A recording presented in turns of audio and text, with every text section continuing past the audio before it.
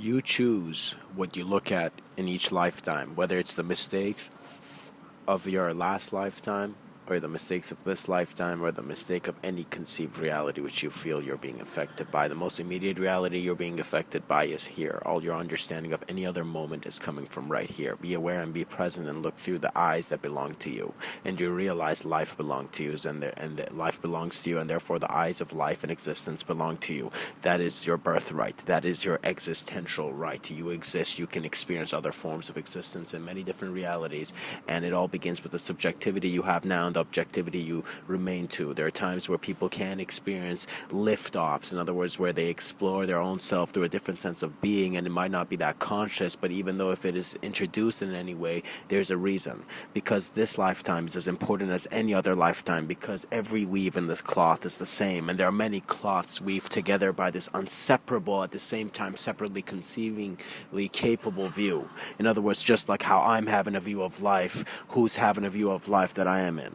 And therefore, when you look at that, the idea of a creator becomes valuable to you, but not in the sense that you're separate from it, but that you can have a unified experience with that which is your origin. In other words, you came from this end of the spectrum. In other words, you are now a separate being looking at your unification. At other times, you are a unified being looking at separatism. And there are conceptions that are possible. Simply, I can speak. Look at what I am doing. I am speaking. I am using words and language to communicate other presences of reality. Therefore, the presence is present right now. That is how the system is created. That is how Neo could see all the code. We are present in our reality, and we are the one who puts the real beside any ITY. Any inefficient talk that is blind to the longing. You create your art, you create your artistry, you create the art that is your eyes. You may choose your eyes to be decided by science or art or regardless any other view, but no, that is not the only view. Know that your eyes have no nature. They are as empty as the pen is in regards to realness to me and you if we looked at the same pen or if we wrote with the same pen. There is neutral value in experience, therefore all truths have been broken before they even began to be created. It's as if someone was singing a song and the song just stops.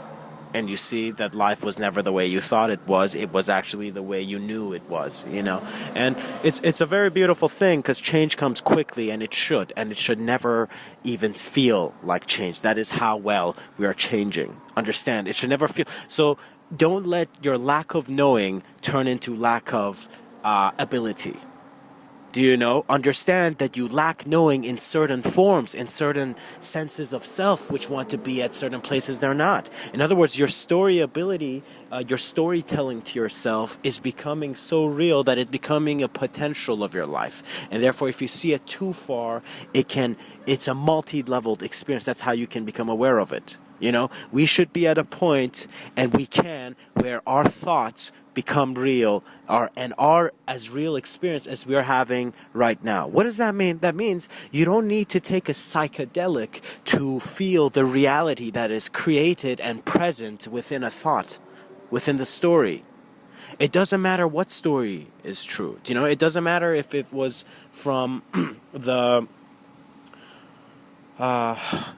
let's say the holy book, moving to the science textbook, moving to the psychedelic, moving to whatever n number we want to put in that formulation of life. It is imageless, it is neutral, it is unthinkable, it is unconceivable, it is not seen by your senses, but it is present here. You tell me how one can experience that presence. And you can. But it is not a definable one. It is not bound to the realms where words dictate our eyes. See, when you tell someone to explain why they're guilty or why they're in this condition or why they deserve or something, you see that they use words.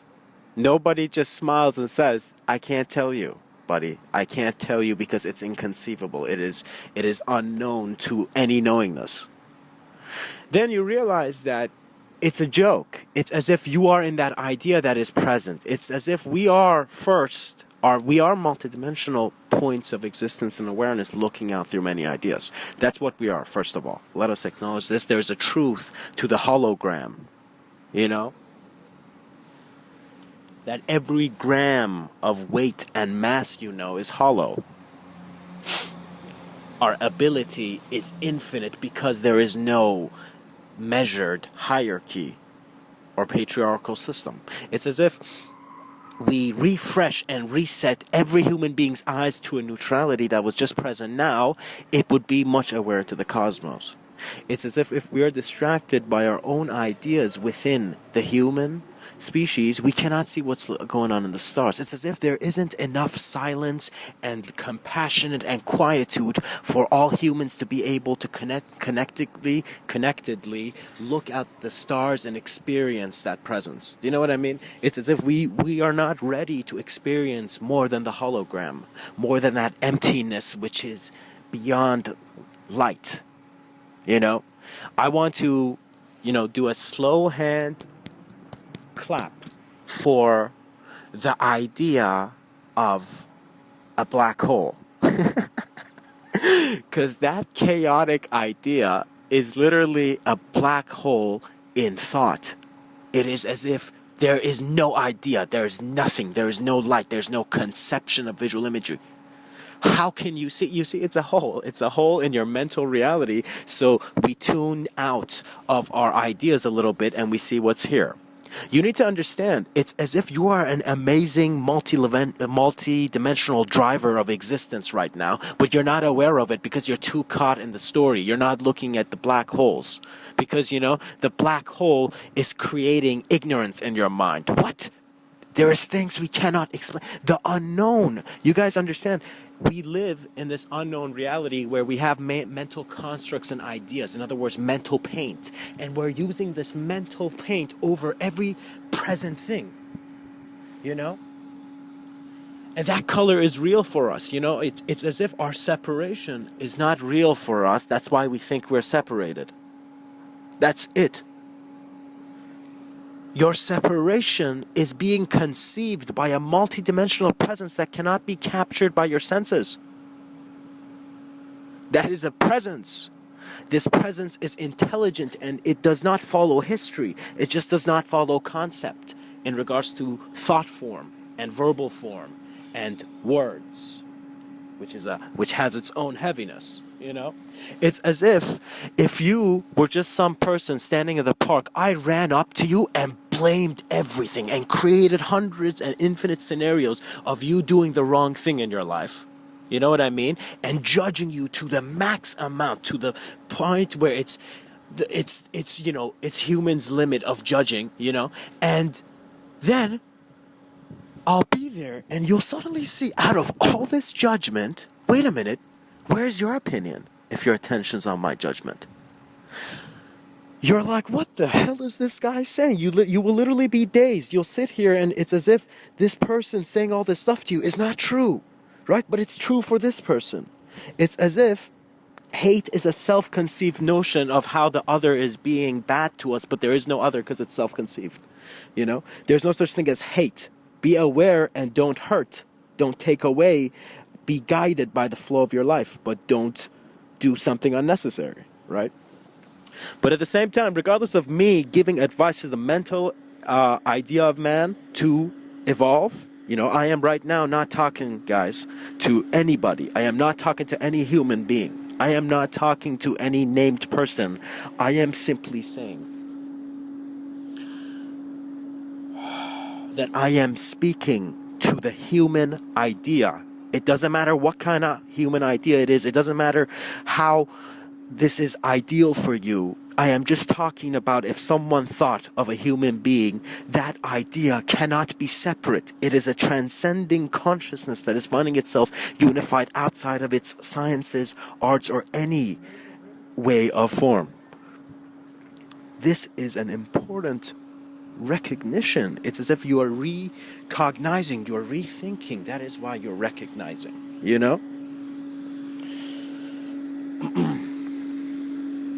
You see, in my life, I see us as being treasure revealers to ourselves. We're always experiencing ourselves, so we're finding new treasures, new experiences of how we are, right? However, at some point, we've stopped digging because we're too distracted on what kind of shovel we're using into figuring out who we are. Do you know what I mean? We have prevented our own greater view. And at times, that means that any hierarchy is a point in a separation. Do you know what I mean? And all those points are meaningless to the unified field. In other words, it doesn't matter how many words I speak here. It doesn't matter how much insight is present. It's that when we are observant of the human idea, there can be no guilt. There can be no judgment. There could only just be an awareness and sensitivity in how we are being defined collectively. We're all these physical bodies that are aware they're here, that are aware they're their ideas, but because they think they're their ideas, any idea-provoking movement can change their view of the world. You know what I mean? It's as if someone could come and tell a news story to the village and the whole village has a different view. You know what I mean? We need to make our tensions personal, because then it is not controllable, and it doesn't feed that system of controlling to becoming more successful, right? See, you're born and you're marketed literally by how you're physically designed to control things. And then when the idea of you develops, that idea is more able, it's as if you could play with your mental toys much faster than your physical toys, right? So you're disappointed because your mental toys are supposed to define, your physical, right? It's as if you're like running like crazy in one dimension, but wondering why you're walking in one dimension. Do you know what I mean? It's as if like we are tiring ourselves out because we're not aware to the sensitivity and the innate creative view we have. You see, every person can save himself. Every person can save himself from both his idea self, his any other self, from his duality. Because then you are not so focused on personification. In other words, see that if you're a human being, if you don't become a plant, it's like, there's life in a plant, but you don't become a plant. There's a life in another human, but you became this unique thing. So understand that this is a focus point, but the life, the existence that is focusing on you is unknownly deeper than you can imagine. Guys, you don't understand that outside of ideas, the experience you can have of a selfless presence, of literally what you feel is everything looking at you, do you know what I mean? Then you reach a sense of transcendence where you are no longer, it's as if like when you observe your body, you're not just a body. It's like when you observe your idea, you're not just an idea. When you observe duality, whoa. That is where silence begins. But the music never stops. It's continuing in your own experience. Right? I understand, and I let one of the biggest principles in my life that guides me ever to be compassion. Right? And you need to be compassionate to yourself, because breaking mental imagery is a rough thing. It's as if once you destroy one sense of self, then the other senses of self will judge you. Do you know what I mean? It's like, no, right? It's as if one system does not know how to remember itself. It's like the art of remembrance has literally been forgotten. Because each generation being born is being so distracted. It's like literally all the kids had headphones on, so nobody's listening to some of these ancient technologies that were around, And it's very important for these technologies, for all these concepts I'm telling you, to come from a very deep place, guys. These were human beings. These were people who lived just like you. However, their experience from this part of the park to the other end of the park, which is your birth and death, was much more beautiful. It's as if mentally you had found a way that you are, which is it's very hard to explain, but potent, but unknown. It's as if God is playing. It's not playing around. It's like it's meant to be unknown. There needs to be a limitation to all that man can know in this wavelength for there to be more knowledge in other wavelengths. And those wavelengths, guys, the closest thing and the most helpful thing I could tell you, see them as eyes. And when I say eyes, I mean, like, let's say I'm looking at CM as observable presence, but observable regardless. In other words, it's like me, I mean, or oh no, let me put on, my words. Mr. Within, let's say Mr. Within. No, that's actually too confusing. Amin is looking at, let's say, a ping pong table right now. Now, at the same time, you are looking at Amin and this ping pong table being in the yard. That means you are in another location. And then something else is observing you looking at me, looking at, the ping pong table. Then it's like that presence is observing the ping pong table, but every other thing that has happened so far, regardless of categorization by man's mind. It's a view that is infinite, guys. You understand? The infinite is formless. It's crazy. It's as if we're turned on by the idea of infinite, a formed infinite idea. In other words, like, infinite money, infinite, booze, infinite wisdom, infinite knowledge, infinite this activity. But it becomes formless. It's as if you understand, similar to how you think you could, for the rest of your life, be in this pimped out state, simply fades as you look at the observance that is your own eyes. It's as if, like, the whole field, it's as if, let's say you are running from one end of a football field to another end of a football field. And this is regardless of what kind of football field this is, even, if it's American or if it's, English. But just imagine yourself running, through this football field, right? And you have your view. Literally, you have your eyes and you're looking at the end of the football field. You're forgetting what's behind you, right?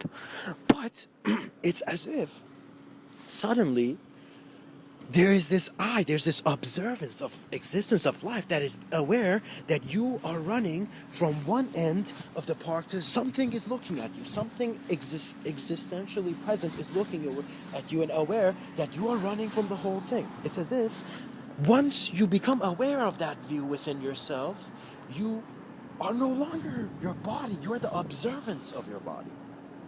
You are the observance of all condition. You are the observance of your body. You're the observance of all your condition. You are this observance which is making things present, but is not the formed presences. Guys, this is knowing. This is inner knowing. Some of these things, the reason no self-help book can make you feel younger is because you didn't read self-help books when you were young. You went out and you played and you let go of these ideas that were making your head heavy. You didn't even carry on. It's as if the kids, let's say, who didn't care about words, and they were like, no, I don't want to hear words yet. And they just ran around. It's as if they had no idea. They were just this fresh experience of new. It's as if novel, new. It's like every moment you're alive, there's something new. So this awareness turns into an observance that's new. Imagine being an observance that's new every day. A new observance of, regardless of anything. Do you know what I mean? Then you receive this creative knowing that is, again, unspeakable, but you don't need to even speak it. You reach this certainty where it might make you feel slightly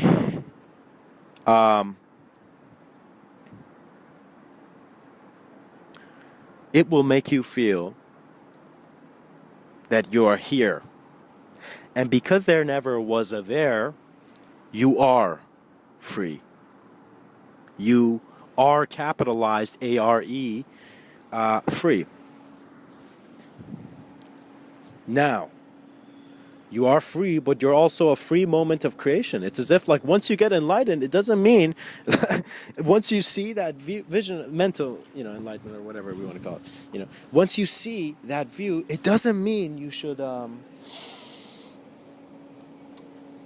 stop. It's not as if you become nothingness. It's like you have an experience of nothingness, and then the whole view of your life is different. And because of that whole view of your life is different, sometimes, those habits could come back. It's because your attention's coming to form, It's like the more I think about my thoughts, the less I'm aware of, what's here. You know what I mean? But somehow through my conversations, I try to keep a balance, because full silence is like telling you existentially what's there. And, the rest is simply said.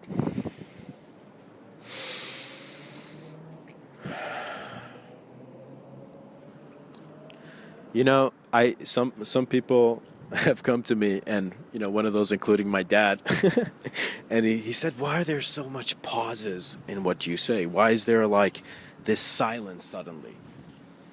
And I told him it's because that's necessary. That is it. Sometimes there's some things I can only point to, and then literally it's your self-reflection that takes you the rest of the way. Guys, I understand the value of observance, and we need to explore this in schools, in everywhere, in any program.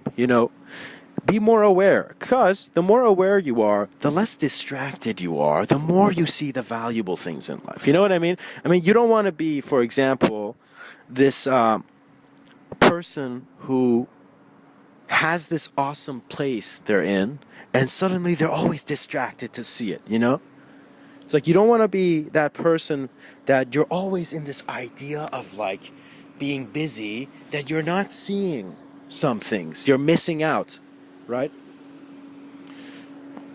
It's as if that moment when you didn't take out your phone to capture a video of a wildlife scene, you saw something that literally no one else did because they were trying to take a picture of it. You know what I mean? When you have these kind of moments, you understand the value of the moment, guys. If I ask you, who do you want to give the value of your moment? Does it want to be your parents and your memories and everything from your past? Does it want to be me? Or does it want to be the silence which is your presence? You. No one is here to explain to you your life. You can choose to take their explanations. You can choose to even take the explanations of your past or your future. Do you know what I mean? You can choose to take ideas and make yourself comfortable, but you must walk, with bare skin through this, how do I say it? I guess realm of thorns. Do you know what I mean? You need to take off. You need to be willing to look at your eyes from positions where your body is no longer at the same value. It's as if out of body was just the beginning, because that was just another idea. Then there's the actual silence, which is innately one with all sounds that are happening. It's as if once you hear the silence of existence, you have heard the cosmos. And I find this episode is a very big one. While I'm communicating it, I'm getting very big feelings. I'm getting feelings as if not big, as in that life is art. That the moments of my intelligence of another human being is drawing literally this video, making me who I am. You know what I mean? It's as if the way life has made every person was with amazing creativity to only how they could understand how amazingly they were made. It's like you can only truly see how beautiful your design is. You can only be your design. Others can only judge your design. So a sense of other may distract you from the alertness and the attention that should be non-judged, that shouldn't be dualistic in the presence. Attention should be on observance, and observance does not create a unit for attention. Do you know what I mean? It's crazy. It's as if any ruler who's tried to rule Earth, or any being, let's say any human being who's tried to conquer Earth, it's as if they were lost. They did not understand the process of life and change. It's as if they were playing this huge game with themselves where they confuse a shitload of other people. You know what I mean? So it's funny because the Nazis, if they were confused, they could not see. Right? And so they could not see unification being present, so separation had to control. The ape had to pick up pain and, use it to hurt others. When you do an act which you get a gut feeling inside you, even before you do it, that no, I shouldn't have done it, understand that's the first layer of self-judgment. That's as if your other drivers, your multidimensional presence is giving you an idea. Okay, be aware, man, you're doing this. This is not good, right? So then suddenly this random idea comes. Your mind works in the best way it knows how. You know what I mean? Literally, that's how the idea comes to you. Guys, ideas are not just centered in the brain. That is their physical manifestation. Their formless manifestation is actually multi-bodied and multi-layered. It's as if multidimensionality could never be just, let's say, explained verbally. It was an exploration. There was pilots. It's as if me talking to you during these things, those moments of presence that we feel suddenly outside of our mental bodies is relieving. It's there, you know? The here and the now. I would really like, to see that tattoo on a lot of, people. Because it's telling them, hey, what's here and now? It makes people think, It's funny, words are used in advertising to make us think in a certain way. It's as if words are used in advertising to promote a certain reality of a certain object.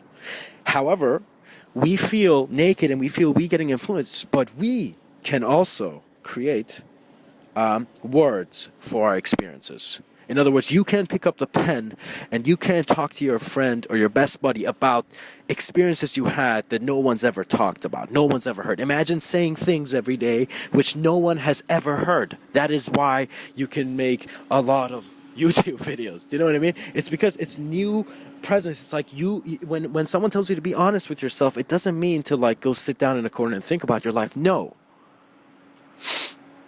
It means that look at your duality, look at your judgment system, look at your past, look at the earliest memory you have of your birth, and then recognize the only way you can know it is outside an idea. And therefore, once you transition, you realize we can jump to different realities of idea. It's as if I'm right here, and let's say Mr.Within comes up. Let's say this concept of me comes up, this idea, Mr.Within. Right? Now imagine Mr.Within, just as I'm walking physically, imagine Mr.Within walking right now with me. Mr.Within, this presence. I hope you're following. I am pointing, hopefully not insanely, but to an understanding of sanity and insanity in the most immediate duality that you have and how potent it is to breaking into a greater experience of presence. So follow me, please, and understand that just as I'm walking right now, there's this idea of me, Mr. Within walking, right? Now, as Mr. Within is here, I realize because I've had the instant ability to create this image, I have the instant ability to create any condition for it. And it's as if like once you draw your painting and you look at it, it's as if like a part of you feels you're in that painting. You're in that scene. You're in that memory. It's as if Mr. Within was having the experience of the painting and my hands were drawing what I felt was, let's say a painting, that picture. So our idea of, this sense, it's as if you have to try to remember. It's as if you think, okay, damn, if I think this, my beliefs, not everybody remember their beliefs correctly. It's as if you don't always say your beliefs in the same way. Do you know what I mean? It's like they're always being adapted to the condition. Right? If you talk about your beliefs. I personally stopped talking about them, and people ask me what I believe in, and I'm like, I don't believe in labels. And, they think, oh, is he attacking the music industry? No, I'm like, labels, literally like things that, logos, symbols that are not showing the real thing. They're showing you a symbol. It's as if just seeing the M on McDonald's and not seeing the company that they are, for example, or any other, Mac type of, restaurant. Now, I am walking, and the idea of me is aware. It's as if right now, as I'm walking, and Mr. Within is this mental idea of myself that's present while I'm talking to you. as if like I'm both physically walking here, but also the idea of me is walking, let's say, right here with the mental scan of right exactly my physicality. Just I'm imagining the same. It's as if what I'm looking at right now in regards to, let's say, the setting I'm in. So I'm looking at this pathway from one side of the from one side of, let's say, this park area I'm in, and to the other side, right? So I'm only going to visualize this, and I'm going to realize just as how I'm instantaneously doing this, there's a simultaneous idea. It's like I am aware I'm doing it, and I consider that as an idea, right? That's the only understanding I have. It's based on form, so it has to be another form that I can't see. Those are my ideas, right? So imagine these ideas. Once you become aware of it, you realize it's you. It's like we are simultaneous experiences. Once we have a certain amount of consciousness, it's as if we go over two births. We're not actually born once in this lifetime physically. It's as if once we're born physically, and then once it's like we're mentally conceived enough to understand ourselves as that idea. It's as if our parents and all those around us, are trying to be great clay masters or ceramic masters, and they're trying to mold you to the best person you can be, but they're still molding you in a certain way. And it's up to you to break that mold. So that means that mentally you become aware you were born, and so there can be mental death. And what does that mean, mental death? I mean, literally, it's just quiet and you have no thoughts. You're just chilling. You know what I mean? That kind of thing. So, now, I hope you're following me. This idea of me has the ability, based on the story I'm telling myself, to jump into great possibilities of bringing new ideas. And that's an insane ability, guys. It's like Mr. Within, the idea version of me, present right now as I'm talking and as we're, thinking about it. That idea can literally have an experience outside of all the forms I already know. You know what I mean? It's as if my mind doesn't just create everything I know from the past and just present it to me in front of it. It's like it's not a machine. It's not like this limited technology, actually. It's not mechanized, but mechanics can be inspired from it, Understand this. Science was inspired by an apple falling off the tree, Who knows better? The person who observed the apple, or the existence and the omnipresence that the apple was which fell? You know what I mean? That made the apple fall, right? That intelligence, right? Some people see ideas as their creators, and your creator is not an idea. That's idea worship. You don't want to worship something, but you need to understand, sometimes, let's say, because in some texts and practices, they're like the act of devotion worship, the reason you worship or say a mantra or do something repetitively is because every time you're doing it repetitively, you lose a sense of self. It's like if I told you to literally, let's say, I don't know, touch, let's say, a tree, you know what I mean? Let's say with one finger.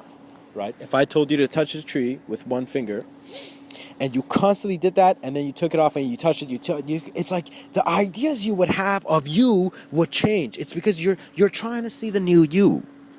The observance is trying to see the new you, and sometimes it's trying to see the new space and time as well, So therefore, you're a multidimensional presence. It's as if we are kept here by everything we can conceive, but we know there's that unknown element that conceived that which is conceiving us. It's as if the reason we want to evolve is because we want to know that unknown element. We want to know where we come from, why are we here?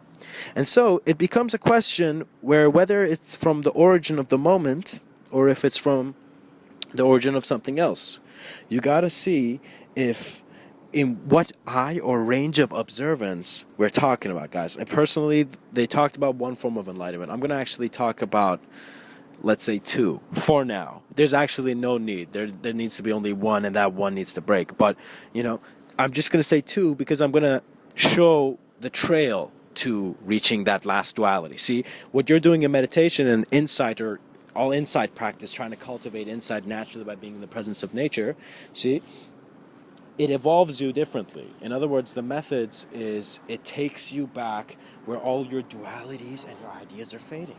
It's as if you hadn't created a thought. Let's say before the human being had any thought, it was presence, existential presence. An existential presence that couldn't be self-aware. It's like before the ape was self-aware, what was it? In what state of existential connectivity it is, and we can't conceive it. So in other words, the ape suddenly got this other type of presence. It's as if this multidimensional presence, as if the ape was no longer just a monkey seeking a banana, or trying to, jump. It suddenly turned into the self-aware thing. It's as if the monkey stopped. We see how in evolution we have these people walking, right, in that evolution picture, right? So the monkey stops.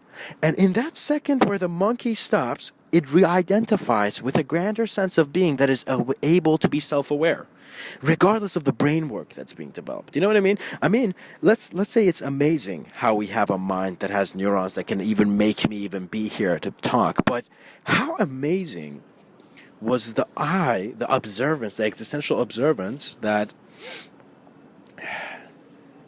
made the perfect design? How could, guys, this is actually a good question. I'm going to bring it up.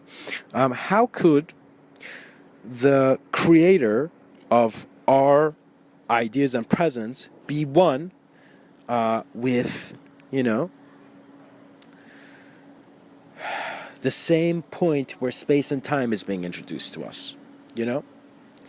If I ask you what space and time is, you have your immediate definitions, which are connected to your immediate ideas, which are connected to the idea that you have neurons, which is connected to an awareness to your neurons, which is connected to no longer an idea, but a silence that is continuously still perceiving, right? And as you perceive this, you recognize that ideas are just like, literally they're like toys, because you can only hold so many ideas in your hand. You know what I mean? It's as if your hand is made for this much. It's as if there's a greater body part. There's a greater intelligence in regards to how the human being experiences himself that can always be explored. It is this existential calmness and madness. It is where the saint and the sinner were never, different people. When it reaches that point, it's a strength, because you're understanding that your vision can change. If you understand that your vision can change, if you understand that you can know more, you want to try to see the different intelligences that are knowing. And you see that the intelligence of physicality and what is present here is different than the intelligence of the ideas that we're experiencing on cellular wavelengths. I personally, I don't hate any channeler, and I commend anyone doing any form of spiritual idea talk, because it is simply maintaining, the actions of the other side. It's like we need good and bad people, right? We need that setting, because that is how our life is being seen, right? Guys, the ideas about life are a personal choice. And the more you get to those people who have agreements on this personal choice, as if a bunch of people had the same personal, choice, and so they agreed to this to make it a law. It's as if laws were the first acknowledgments of what is real, right? However, it was also acknowledged in a mental fashion, and so people got confused of the difference between observing something and the observer. Do you know what I mean? It's as if before mental configuration, or let's say after your mental configuration. No, actually, let me see if I can explain this better.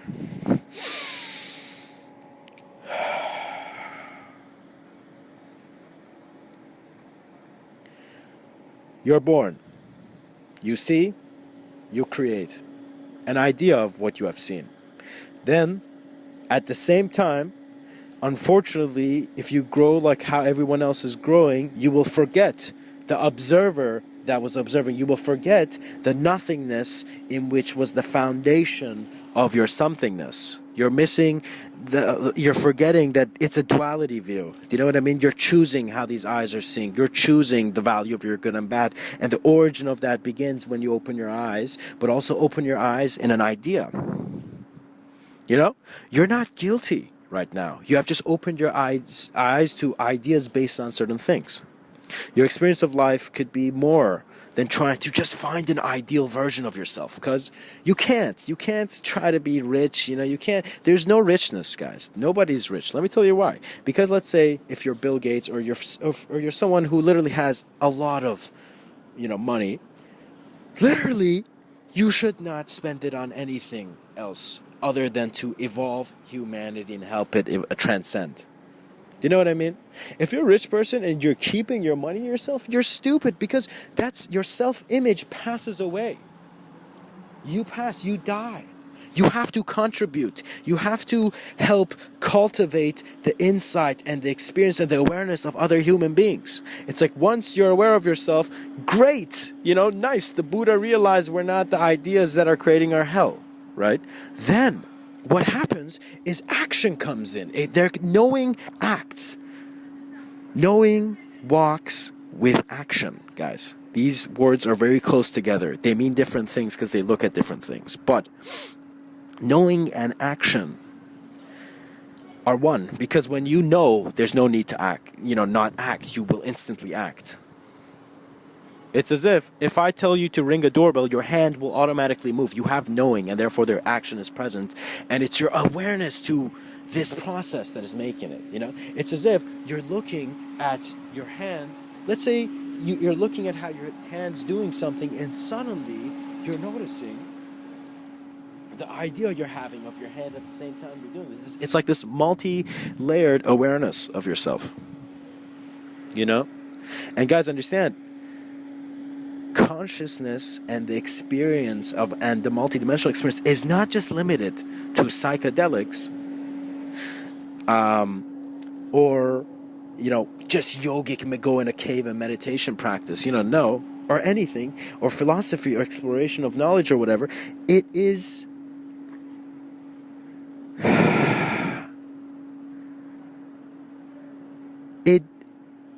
simply observance,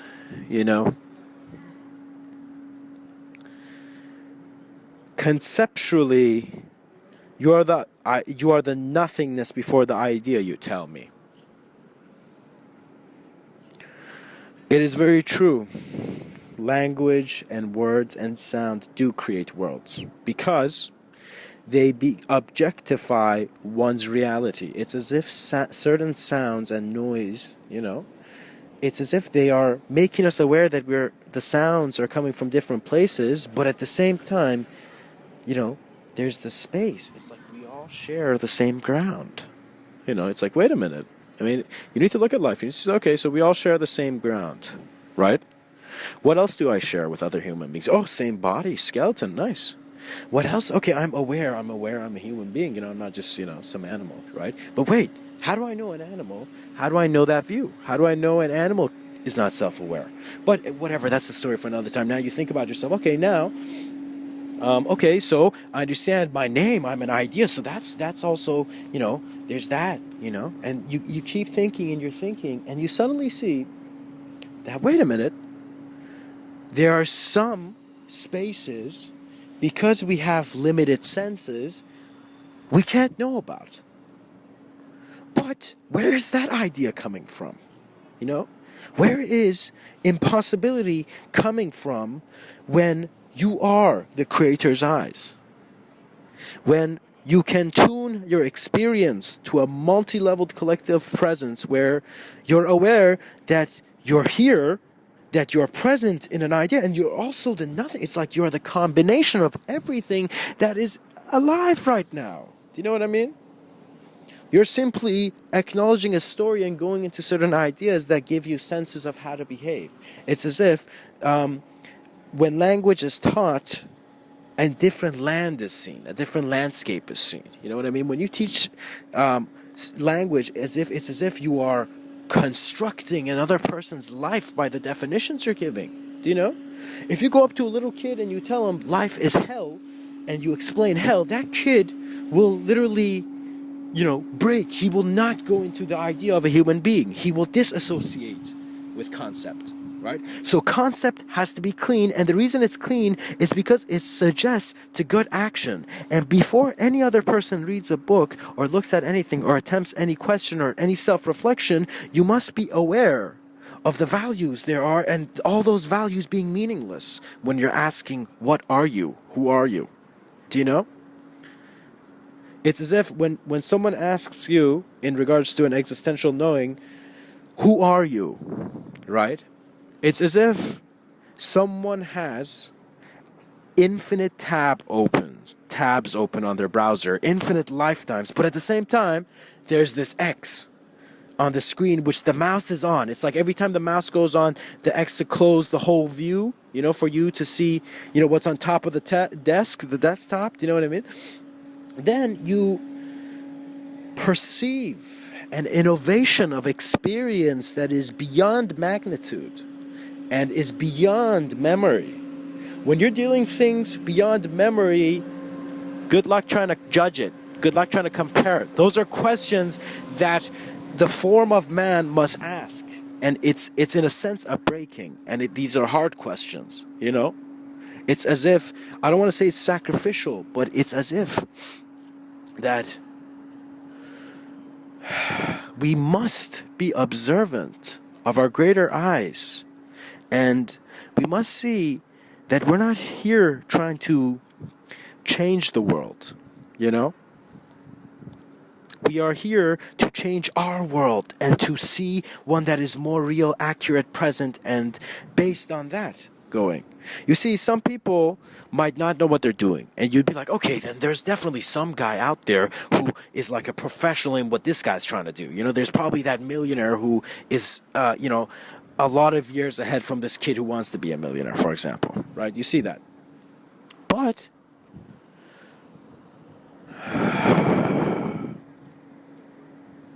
you notice that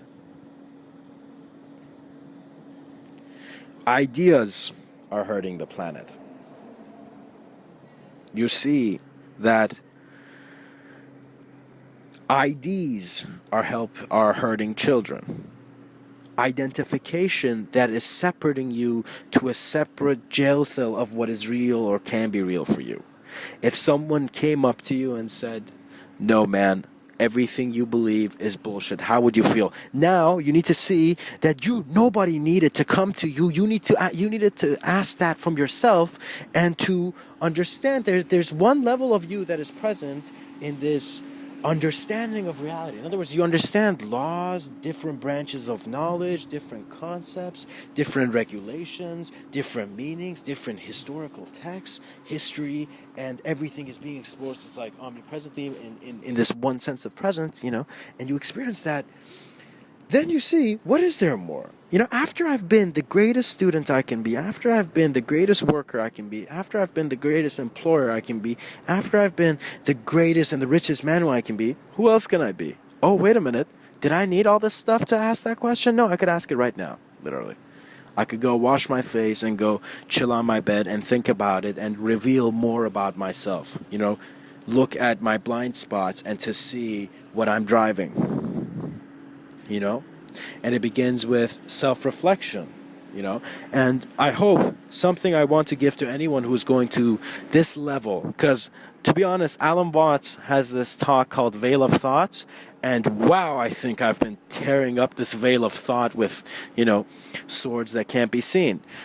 Now, all that I'm saying is that I am also telling you this veil of thought exists. This veil, which is spiritually significant but scientifically insignificant, is seeing something valuable. Guys, it is not that it matters how you are. It matters how you're looking at things, because that's defining how you are. And so this veil of thoughts is look at what is defining your limits. Who is defining what idea? Observe it through vaster and vaster senses of being. And as you sit down and recognize what you plan to be a quick talk has evolved into something much more, you realize there's no such thing as arrogance but self-opinion. It's as if this self-opinion created another, But, there are different views, guys. Let me tell you, because some people understand these existential principles. Let's say they don't understand, they just observe it. Do you know what I mean? They don't understand it, actually. They above stand it. Do you know what I mean? It's no longer understanding. It's above stand. But actually, no. No, actually, understanding is an amazing word, I guess, because it can suggest that you're standing under that eye that is perceiving you in the soccer field, you on the football field, you know? You know, you are looking at, let's say, a bench. The idea of you is aware that you're looking at the bench. Who is aware of the idea? Oh, wait. Every word, every thought I'm thinking is an idea. So who is aware of these ideas? Because every moment is an idea. Then you realize, wait a minute. An idea is a self-created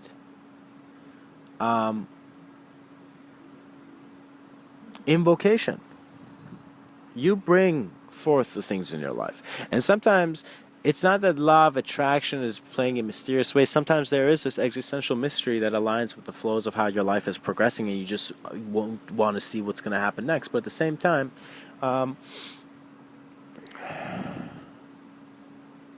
once the values change, none of your views are the same. Once you see that you can never, as they said in ancient tradition, never step in the same river twice, then you understand the value in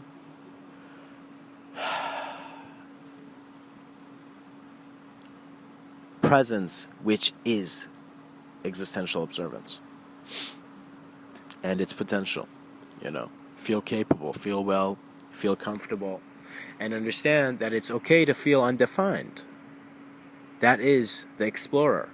Who are you? I'm an explorer. What does that mean? Well, I'm someone who's always finding something you haven't explored yet. You know what I mean? I'm always finding something new. So, I'm a human explorer. I am exploring through the human idea, other ideas, and I'm also, through the human shape. I'm a human explorer,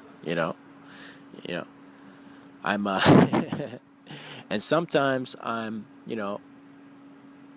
a star explorer. Sometimes I look at stars and I go through certain experiences where I'm seeing the same thing. It's as if my pupils were never disconnected. It's I'm being playful. Usually when I speak, I'm being playful with words, but also intolerant to certain illusions that society's presenting. At the same time, very respectful of ancient practices which are literally being lost today because they're not being understood well. It's as if we have 1,000 self-help books. We have the biggest, meditation sections and shelves, but the art, it's being lost. It's as if, wait a minute, they caught. It's as if this book we wanted to write for them, so they stop reading, is making them want to read another book by a different author. Like shit, that's when the Bibles went wrong. They're like, wait a minute, guys, we've literally written truth. It's as if all the disciples understood what Jesus meant when, we're all God, because they literally wrote things that would affect many generations. Guys, stories are heavy, and once we lift them, we can truly then be aware enough to lift off to the greatest point of experiential unification within our cosmos. Thank you.